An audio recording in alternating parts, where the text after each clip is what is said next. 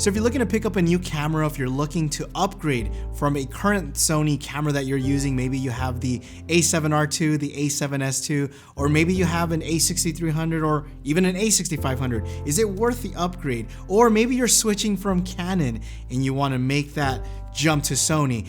These are questions that I want to answer in today's video. So I've been using the Sony A7 III now for about 2 weeks, and I took it to Sony Kondo 2.0. In fact, I just did a video a couple of days ago. If you guys did not watch that, I highly recommend you do so, because I pretty much give you guys examples of video samples that I did at the event. So I'm very familiar with Sony cameras in general, just because I've owned just about every Sony alpha camera ever since the original A7 and then the A7S, which you needed an Atomos Shogun recorder. That was very expensive if you wanted to get 4K recording. I had the A7R II, the A7S II, the A6300, the A6500. I've pretty much owned every single Sony camera with the exception of the Sony A7 III. I do not have that one, but I obviously jumped to the Sony A7 III, so many A7s, because of its given price point. So this is a big deal. This camera is a big deal because a couple of things. They fix a lot of the things that I was annoyed about, and I'm sure other people were also annoyed about. The biggest one for me is the color science, and I think that is probably going to be the #1 reason why you want to upgrade from the other Sony cameras, because this feels completely different. It looks completely different. What I mean by looks, I don't mean like ergonomics. I mean the image quality looks much better compared to any other Sony alpha camera that they've made. It resembles more true to life. If you guys watched that video that I just did, I didn't use any custom picture profile. I literally grabbed the camera, started shooting, and that was what I got right out of the box, with minor, and I mean very, very minor, color correcting. So in terms of color science, I love the color science.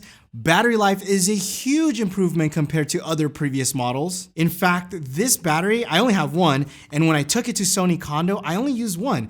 I was able to get through the whole entire day shooting video without ever having to go or even worry about changing my battery. I think the lowest I got was maybe like 35%, and that was shooting the whole entire day. So I'm confident that if you take 2 or 3 batteries, you can shoot the whole entire day without ever having to worry about not capturing that moment, you know, especially if you do weddings. I know you have to leave the camera on, so that's very important.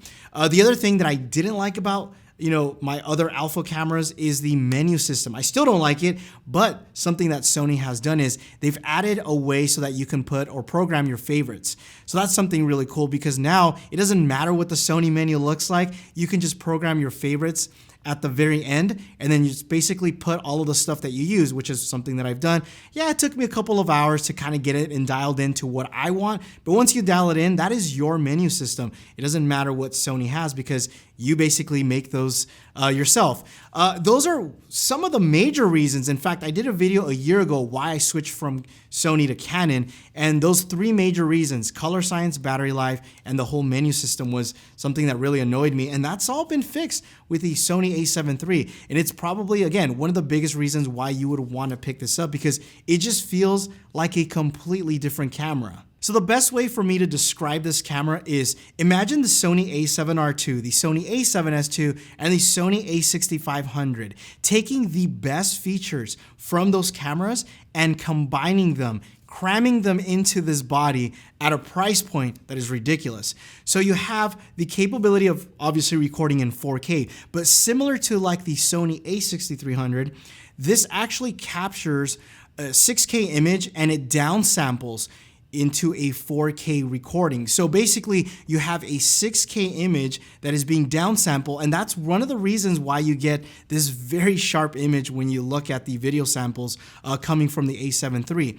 The other thing that I love about this camera is the low light capability. So when I was at Sony Kondo, I was just kind of testing out the low light capability. So I had this at f2.8 and I basically started racking up the ISO. So take a look, or you can hear the footage. I apologize for the sound. It was actually really windy and the sound was just for me referencing the ISO, but take a look.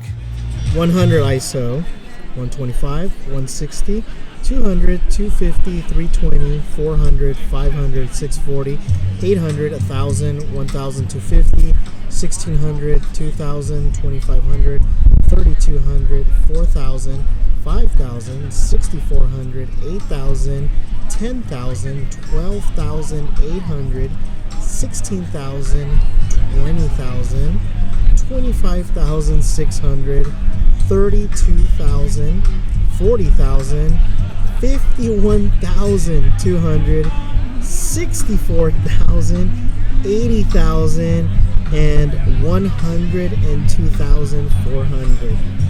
Wow, that looks like daylight. And even when I was testing it throughout in different ISO levels, it performed very well. I think it's very comparable, if not in some cases better than the A7S II in terms of low light. So that is one area that I was very impressed and I didn't expect it. The other thing that I like about this camera, similar to the Sony A7R II, is that you can actually make this or turn this camera into a Super 35. So it has a mode that converts it into Super 35. So if you have lenses, for example, the Sigma 1835 is a lens that I love to use. In fact, I'm shooting this video right now with that lens. I can adapt this lens because this is a full frame camera. So it converts it to a Super 35. So those people that own, let's say for example, a Sony A6300 and all you have is APS-C lenses, that's okay. You can still use all of those lenses, convert this to Super 35, and you're ready to go. If you have full frame glass, that's also okay because if you convert that to Super 35, you essentially extend the range of your lenses. So if you have something like a 24 to 70 and you turn on Super 35, that essentially becomes 36 to 105. So even if you have a prime lens like a 24 mil and you turn Super 35, now you have a 36 mil lens, which is very useful because now you're taking advantage of different focal lengths and you could really utilize your tools or your lenses even more so than if you had just a regular camera. So, or regular camera that doesn't do this, obviously. Other things that I know people are gonna ask is, how is this for a vlogging camera? Autofocus is so close, very close to as good as Canon, I'm gonna say. It's not, I still think dual pixel autofocus is better. Some people may argue, but the autofocus is very good. This is a great vlogging camera, even with an adapter. So I had the Sigma, or I have a Sigma MC11 with the 18-35, and I'll do a couple of videos later on that. It works fantastic. Even with native lenses, it works really great. No issues, on point. So if you want to use this for a vlogging camera, you're not going to be disappointed. It doesn't have a flip out screen, but it does have an articulating screen, which works pretty well, but you won't be able to see yourself. So after using this camera for 2 weeks, really getting a feel for it and understanding it more, I'm going to answer those questions. Is it worth upgrading if you already have a Sony camera? For me, I would say definitely yes, because this feels like a completely different camera compared to anything that Sony has made from the Alpha series or A6300 or A6000 lineup.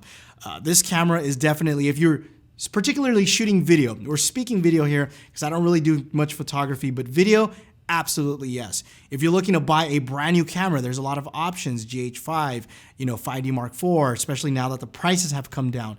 I would still pick this because the full frame capability, I love it, especially, like I said, if you're doing like vlogging, you can put a 24 mil and vlog easily with this. In fact, one of my favorite lenses for this camera is the G Master 24 to 70.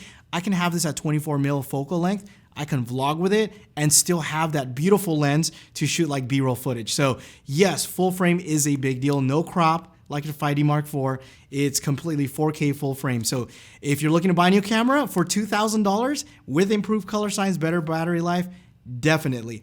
Now, if you're coming from Canon, if you're a Canon user, if you own a 1DX Mark II, I would say no. I would keep the 1DX Mark II. I don't think that if I actually own a 1DX Mark II, I wouldn't take the 1DX or sell my 1DX Mark II to get this. Definitely not. If you own a 5D Mark IV, I would probably say yes. I would consider switching because again, that full frame to me is a big deal and all of the extra additional features that it comes with, and you'll have a little extra money. If you're, shooting with other Canon cameras that are 1080p, Absolutely, because it shoots in 4K, has all those other features, like I said. So the only camera that I wouldn't upgrade if I already had is the 1DX Mark II. And obviously any cinema camera, you know, this is completely different. This is a mirrorless camera, you know, C200, nobody's really gonna upgrade because that's a completely different animal. But, you know, SLR, definitely any Canon with the exception of the 1DX Mark II. So hopefully that answers a lot of the questions you guys asked, and I will be doing more follow-up videos. You guys wanted me to kind of break it down when I asked you guys on Instagram. You wanted, you know, shorter videos instead of like a 30-minute long video. So you can call this a little mini review, kind of first impressions and just thoughts on the whole entire Sony A7 III. So hopefully you guys enjoyed the video. If you did, give that video a thumbs up. Also follow me on Instagram or Twitter at MondoBytes if you guys want to see behind the scenes. Thanks again for watching, and you will catch me in the next one. Adios.